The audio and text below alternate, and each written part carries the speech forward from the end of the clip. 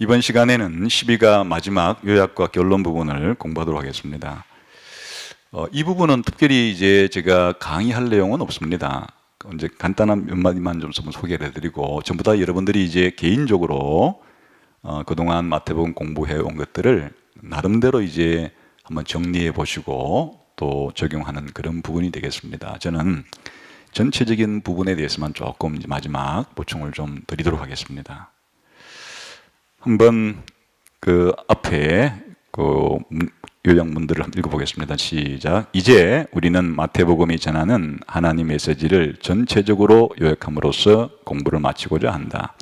또한 마태복음 전반에 걸쳐 우리가 배웠던 내용들을 돌아보기 위해 몇 가지 질문들을 생각해 볼 것이다. 우선 마태복음의 큰 그림 한번 보겠습니다. 시작.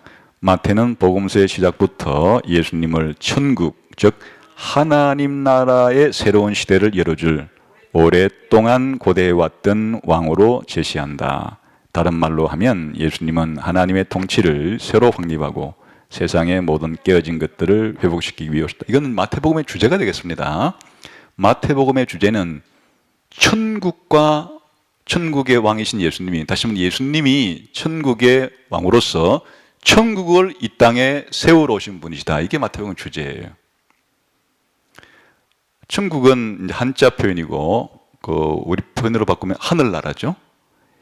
마태복음은 예수님이 하늘나라를 이 땅에 세우러 오셨다. 이 땅에 가져주러 오셨다. 예수님이 어떤 분이시기에 가능해요? 하늘나라의 왕이시기 때문이다. 그 왕과 왕국, 예수님이 왕되심과 예수님이 천국을 이 땅에 가지고 오심이 마태복음의 중요한 주제가 된다 생각하시면 되겠습니다. 그래서 마태복음을 이해할 때는 이 만왕의 왕 되신 예수님께서 하늘나라를, 천국을 이 땅에 가져오셨고, 이 천국을 완성하기 위해서 다시 오시기 전까지 교회에게 뭘 맡겼어요? 바로 이 천국 복음을 땅끝까지 모든 족속에게 가서 전해서 모든 족속으로 제자를 삼으라 라고 하는 이야기가 되겠습니다. 이게 이제 마태복음의 주제라고 생각하시면 되겠습니다. 그 다음 시작. 마태는 폭넓게 자신의 이야기를 연대기 선상에 진행해 나간다. 이와 동시에 예수님의 생애와 사역의 다양한 측면들을 유사한 주제별로 함께 묻고 있다. 이건 이제 마태복음의 구조가 되겠어요. 마태복음은 어떤 식의 구조로 짜여져 있느냐 하는 것이에요. 여기에 기본은 마태복음, 마가복음, 누가복음, 공관복음이라고 부르는 이 세 개의 복음서는 기본적인 구조가 연대기식으로 되어 있어요. 그건 무슨 뜻인가 하니까 예수님의 공생애가 어떻게 시작이 되는가 하면 기본적으로 북쪽 갈릴리 지방에서 예수님의 공생애 하나님 나라가 왔다, 회개하라 하는 이제 이 천국을 선포하는 이와 같은 사역을 북쪽 갈릴리에서 시작하세요. 그리고 천국이 왔다고 하는 이와 같은 증거를 뭘 통해 입증하시는가 하니까 바로 기적을 통해서 이런 치유 기적과 그 죽기하는 또 다른 기적들을 통해서 예수님께서 영원한 그 천국에서나 있을 일을 미리 이 땅에 가져와 가지고 그거를 보여주심으로써 예수님께서 지금 하늘나라가 천국이 가까웠다는 것을 구체적으로 지금 증거 혹은 증명해 주시는 것이에요. 그리고 이 사실을 예수님의 뒤를 이어서 계속 사역할 제자들을 뽑으시고 제자들에게 이와 같이 천국 복음을 선포하고 또 천국을 입증하라고 이렇게 이제 하는 사명을 주신 것. 전부 어디서 시작했다고요? 다 북쪽 갈릴리에서 시작을 하게 되는 거예요. 그러다가 일정한 시간이 지나서 이제 예수님께서 저 예루살렘에 들어가서 죽으시고 부활하셔야 되기 때문에 이제 그렇게 하기 위해서 갈릴리를 살짝 벗어나서 갈릴리 인근 지역에 있는 이방 지역에 가서 또 사역을 좀 하시는 거예요. 그게 이제 두로와 시돈이라는 또 가이사라 빌립보라는 이런 지역들은 다 이스라엘 땅 바깥에 있는 지역들이에요. 이방 지역들이에요. 그런 지역에서 사역을 하시다가 그 다음에 이제 예수님께서 예루살렘에 가서 죽기 위해서 예루살렘으로 여행을 가시는 거예요. 계속 여행을 하면서 예루살렘으로 이렇게 이제 예수님께서 이동 중에 그렇게 사역을 하셔요. 그리고 예수님께서 예루살렘에 입성을 하시는 거예요. 나귀를 타시고 입성을 하셔서 그 다음에 이제 성전에서 많은 그 논쟁과 이런 일들을 하시다가 결국에 이 예루살렘에서 예수님께서 체포당하시고 재판받으시고 사형당하시고 죽으시고 십자가에서 묻혔다가 다시금 부활하시는. 그 이제 기본적으로는 이렇게 갈릴리에서 예루살렘으로 예루살렘 안에서 그렇게 이제 이 연대기적인 지리적이고 연대기적인 구조가 기본 뼈대예요. 마태, 마가, 누가의 공통점이 바로 이 뼈대란 말이에요. 마태도 그러니까 이 기본 뼈대는 가지고 있는 거예요. 그런데 마태복음이 독특한 점은 이런 뼈대만 가지고, 그건 마가복음은 이 뼈대만 가지고 있는데 이 마태복음은 여기에 뭐가 하나 더 추가가 되는가 하면 주제별 내용이 추가가 되는 거예요. 구조상으로. 그게 뭐라 그랬어요? 바로 이야기와 설교, 달리 말하면 서술과 강화. 이것이 주제별로 들어가 있는 거예요. 그래서 이제 마태복음의 가장 중요한 이 구조의 특징은 예수님의 이 예수님의 이 강화 혹은 그 설교라고 부를 수 있는 이 부분이 아주 5가지가 주제별로 모여 있는 거예요. 첫 번째가 어디였어요? 마태복음 5, 6, 7장인 산상설교라고 부르는 교회의 천국 윤리에 대해서 설명하고, 그 다음에 10장 바로 이 교회를 파송하는, 제자들을 파송하는 그 설교, 13장에 천국을 비유로 한 설교, 그리고 18장에 교회의 치리에 대한 그 설교, 그리고 24장에 종말에 대한 감람산 설교. 이 5묶음, 5묶음이 이 덩치별로 5개가 묶여가지고 그 마태복음 안에 풍덩 들어와 있는 거예요. 근데 이 5개의 설교가 들어올 때마다 그 앞에는 뭐가 배치되는가 하니까 설화, 이야기가 배치되는 거예요. 그 2개가 한 묶음이에요. 그러면 마태복음은 이제 전체 구조를 따지게 되면 마태복음 1, 2장은 마태복음의 전체 서론에 해당이 되는 거예요. 예수님의 탄생 이야기가 나오고, 그리고 마태복음 26장, 7장, 8장은 뭐라 그랬습니까? 예수님의 죽음과 부활에 대한 장인 결론이에요. 이렇게 2개를 떼내는 거예요. 마태복음 전체에서 처음 서론 부분 1, 2장을 떼내고 그 다음에 마지막 결론이 26장부터 18장 떼내면 그럼 3장부터 25장까지가 남잖아요. 이때 아까 전에 기본적인 구조가 뭐가 담겨있다고 그랬어요? 5, 6, 7장, 10장, 18장 5, 6, 7장, 10장, 13장, 18장, 24장, 25장 이 5가지의 앞에 있는 건 그럼 뭐예요? 3, 4장이 뭐가 되겠어요? 이야기가 되는 거고, 또 8, 9장이 이야기가 되는 거고, 또 14장부터 17장까지가 이야기가 되는 거고, 또 19장부터 23장까지가 이야기 부분에 속해 있겠죠? 그렇게 이제 마태복음의 이 본론 부분은 이야기 설교, 이야기 설교, 이야기 설교, 이야기 설교, 이야기 설교가 5묶음이 있다 그런 말이에요. 그렇게 구조가 짜여져 있는 것이 마태복음이다. 주제는 뭐라 그랬어요? 하늘과 땅의 권세를 가지신 우주의 왕이신 예수님께서 바로 하늘나라를 이 땅에, 천국을 이 땅에 세우러 오셨다. 주제라 그랬죠? 이 주제를 어떻게 펼친다고요? 이런 구조 속에 담아서 펼치고 있다 그런 말이에요. 그런데 이제 그것이 그 첫째 단락에 해당된 얘기였어요. 그 주제가 지금 방금 제가 말한 그 부분이에요. 시작.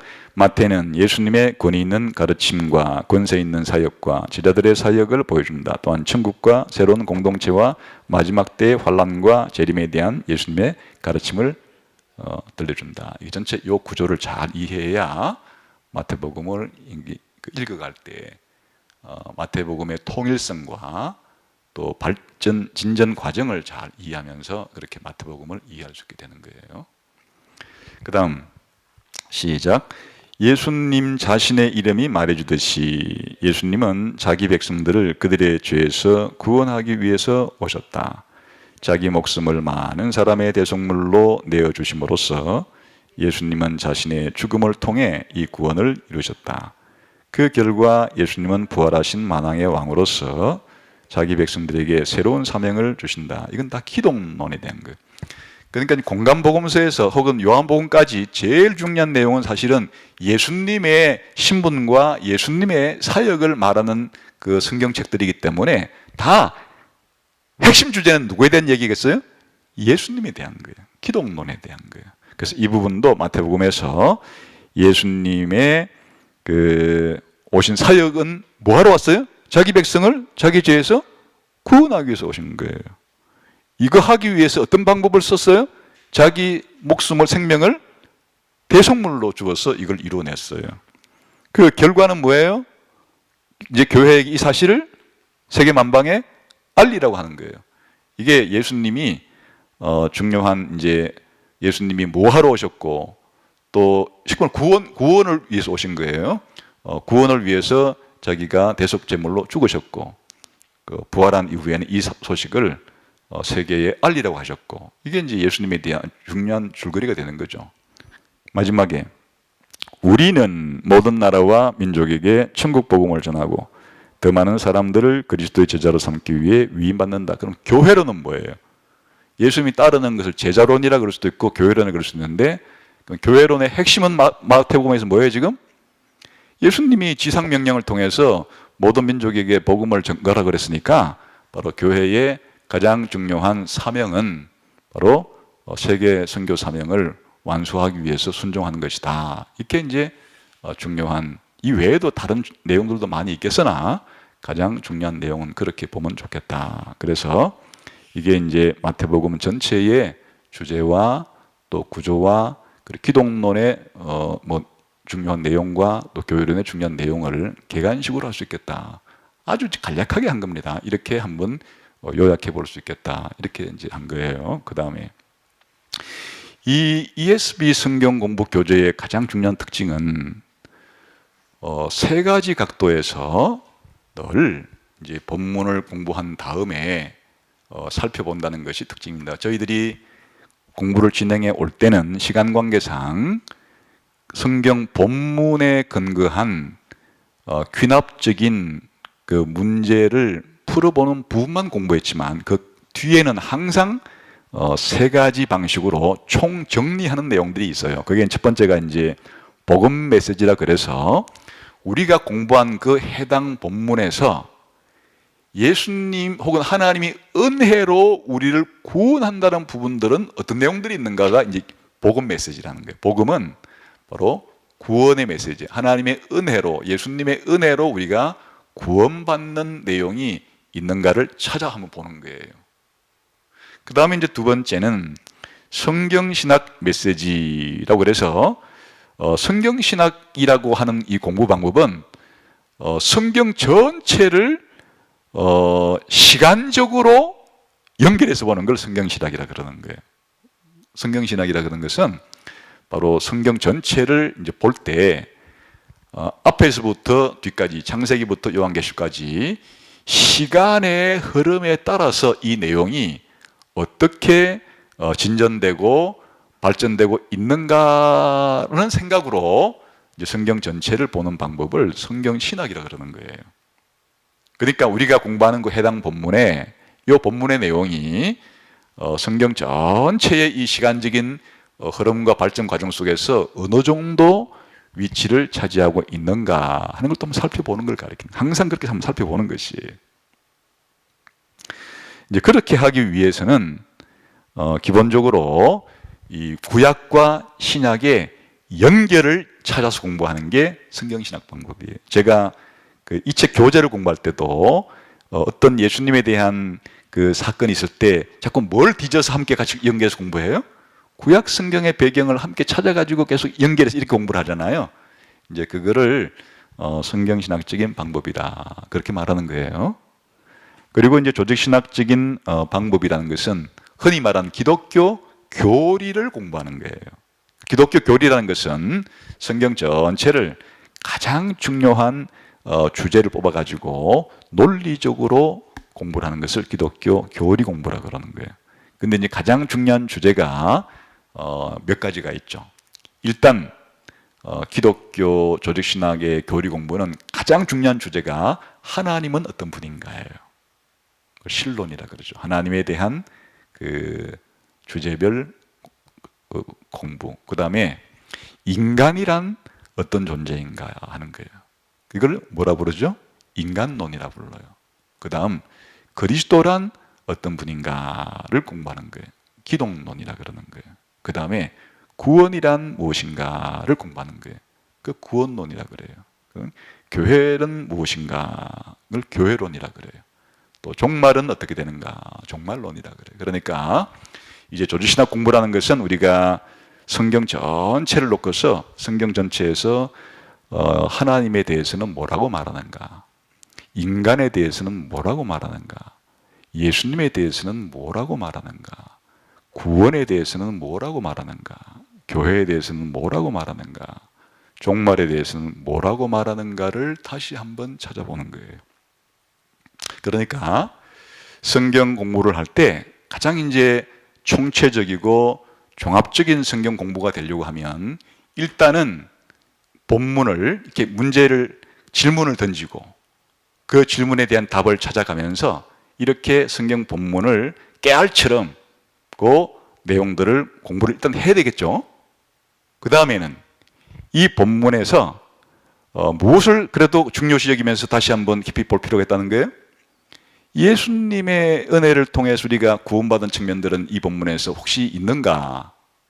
또 신구약 성경 전체를 시간적으로 연결해 볼 때 구약과 신약에 연결이 될 만한 그런 또 주제가 여기에 담겨 있는가? 또 이 본문 안에 신론에 대한 이야기가 있는가?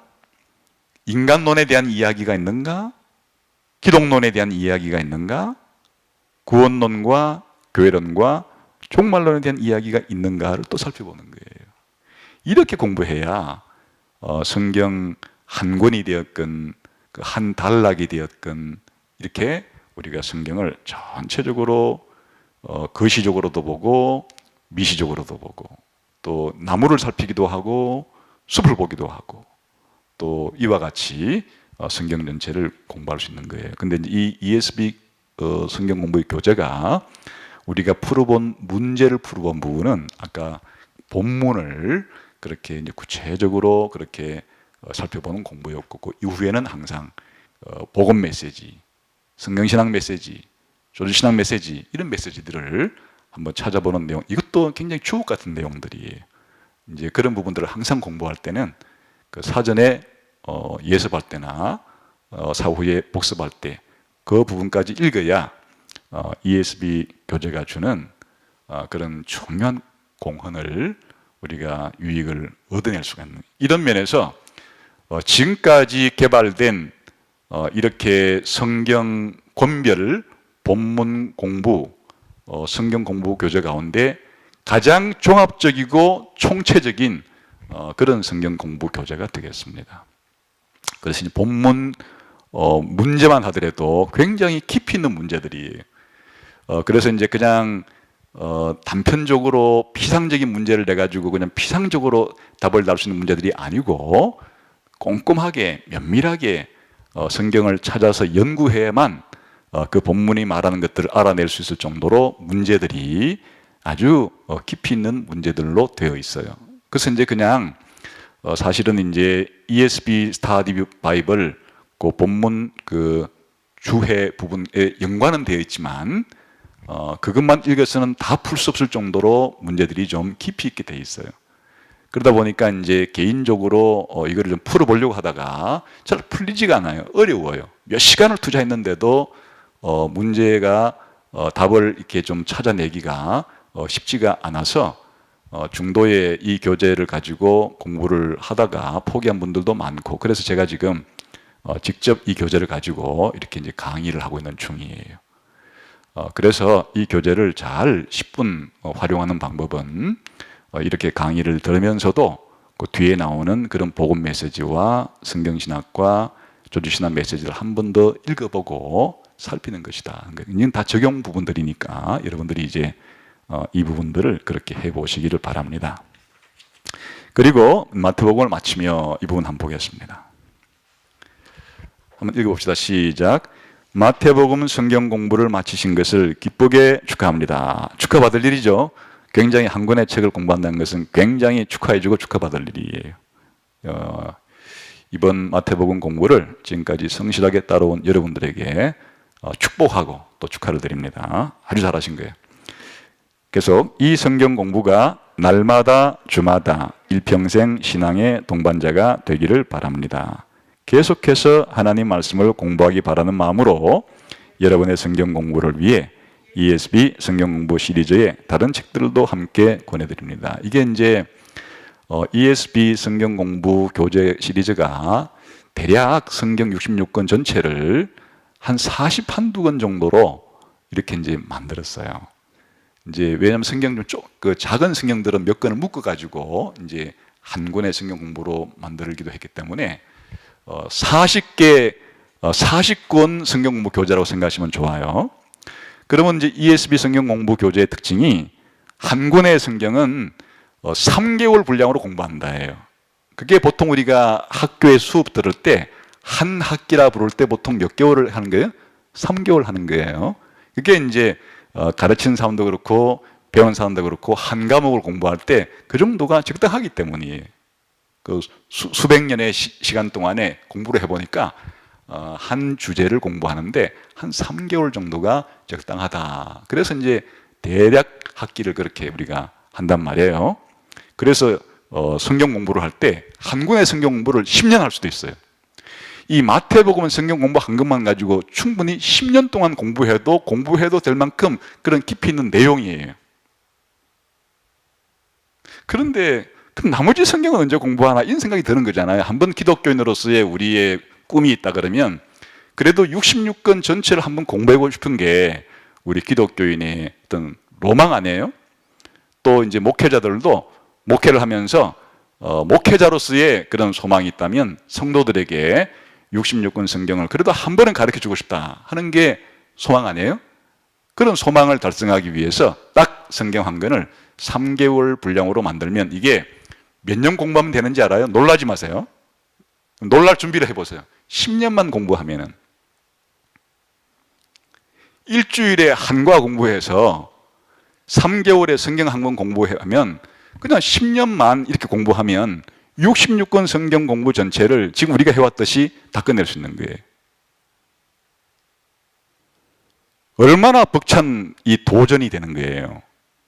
그냥 일주일에 좀 여러분이 이제 개인 예습하고 복습하는 시간 조금 들고 이렇게 강의 듣는 것만 하면 1시간이면 지금 한 과씩을 1시간에 지금 강의하고 있잖아요. 이렇게 우리가 투자하면 10년 안에 66권 성경을 깊이 있게 공부할 수 있다. 그래서 이제 이 66권을 10년 동안에 이 40여 권의 ESV 성경 공부를 하는 대장정을 시작하고 있는 것이에요. 그 창세기를 제일 먼저 했고 지금 마태복음이 2권째예요.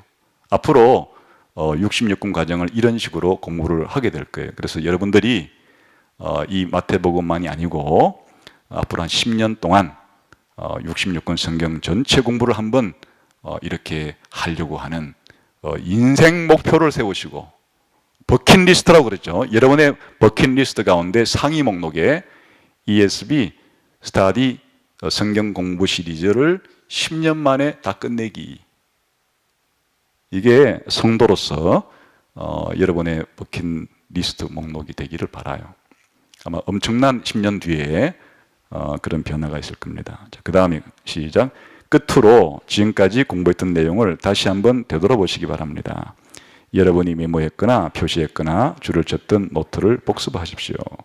하나님과 하나님 말씀에 대해 주님께서 특별히 가르쳐 주시고 깨닫게 하신 것들을 돌아보고 묵상하십시오.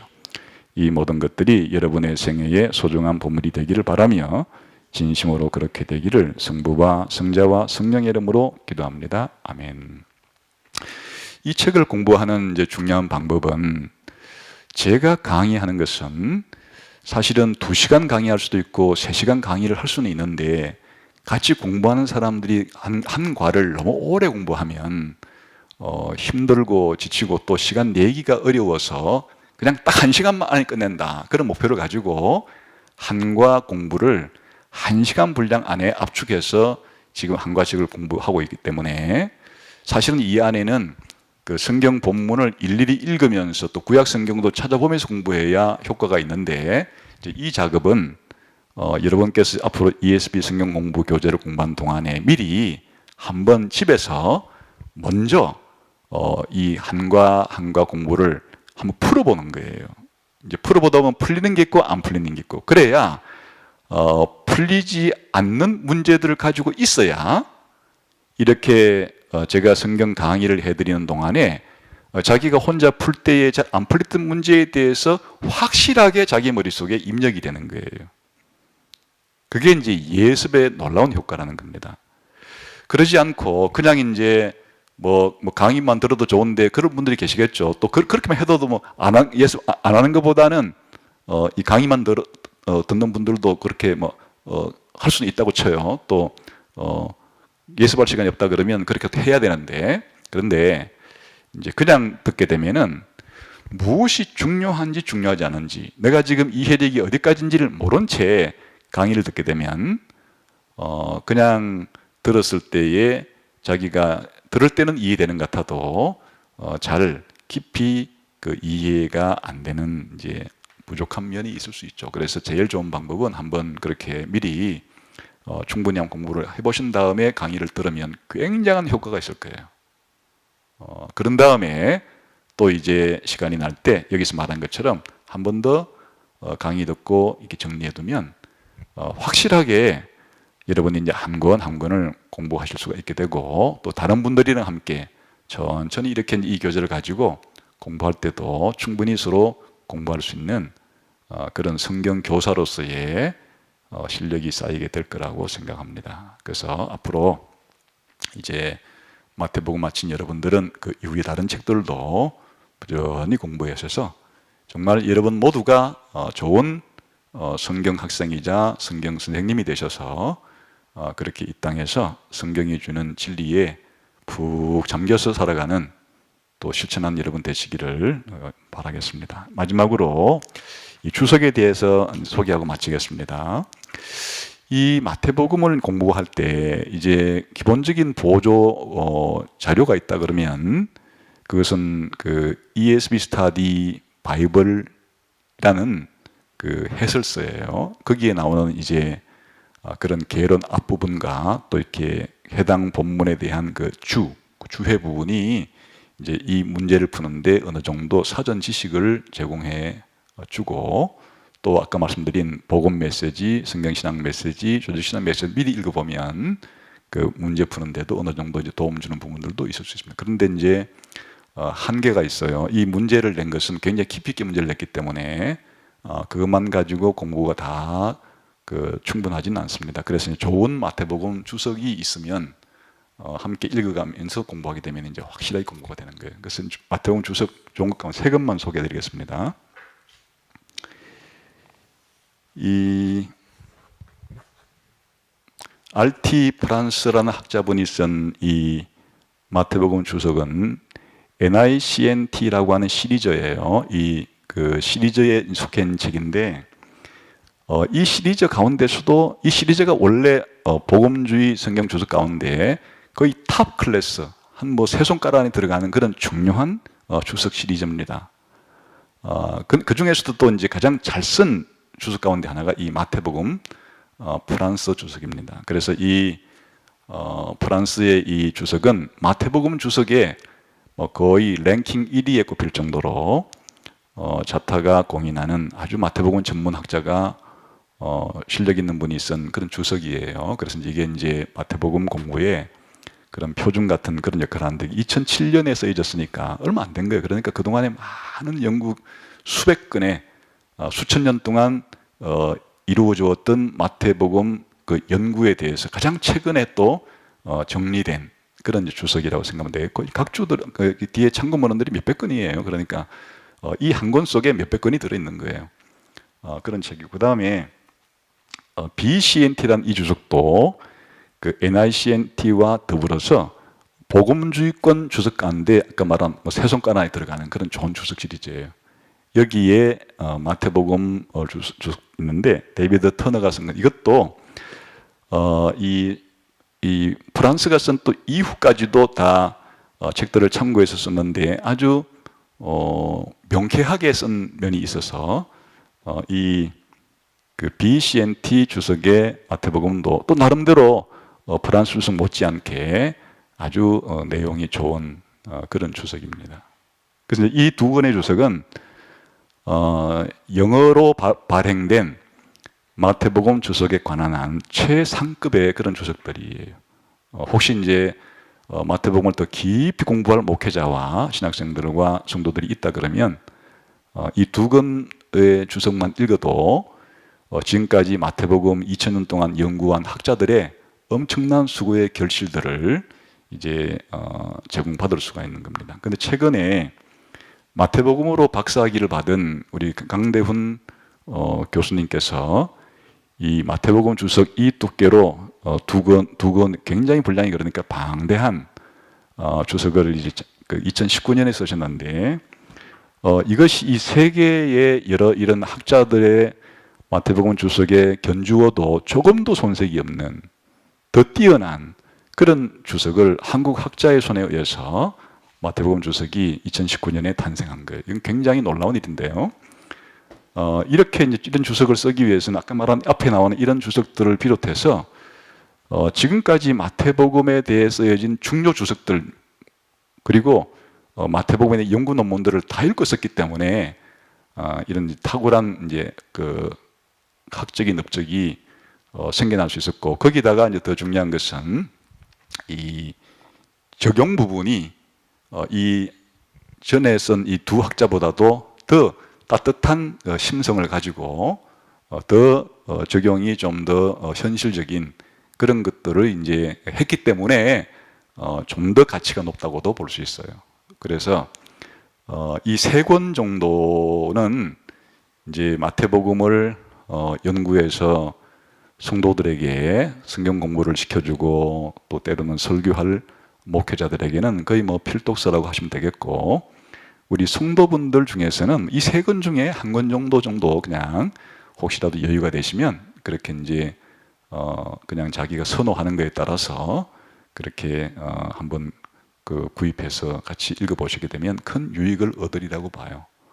그래서 앞으로 이제 마태복음은 그 신약 성경의 처음이자 또 이 마태복음 한 권만 잘 이해해도 이제 나머지 신약 성경 전체를 이해할 수 있는 굉장히 좋은 출발점이 될 수 있는 또 그런 성경이기도 하거든요. 그래서 앞으로 여러분이 그 사랑하는 성경 목록 가운데 마태복음이 있었으면 좋겠어요. 저도 이 66권을 한꺼번에 다 공부할 수 있는 것은 아니고 또 공부를 하다 보면 좀 더 많은 본인에게 유익을 주는 그런 이제 성경책이 있기 마련인데 이번 마태복음 공부를 통해서 저도 마태복음을 대단히 사랑하게 됐어요. 그래서 이제 또 나중에 마가복음 공부하면 마가복음을 또 사랑하고 이럴지 모르겠지만 현재로서는 굉장히 마태복음이 사랑하는 성경책 복음서가 되게 되었습니다. 그래서 여러분에게도 마태복음을 사랑할 수 있는 여러분이 되면 그만큼 마태복음 속에 담긴 예수님을 사랑하는 또 예수님 말씀하신 명령을 우리가 순종하려고 하는 그런 일들이 일어나리라고 생각합니다. 그래서 이번 마태복음에 대해 장정을 그 주석 소개로 끝내도록 하겠습니다. 이 한 학기 동안 같이 공부하시느라고 대단히 수고 많았습니다. 네, 감사합니다. 마치도록 하겠습니다.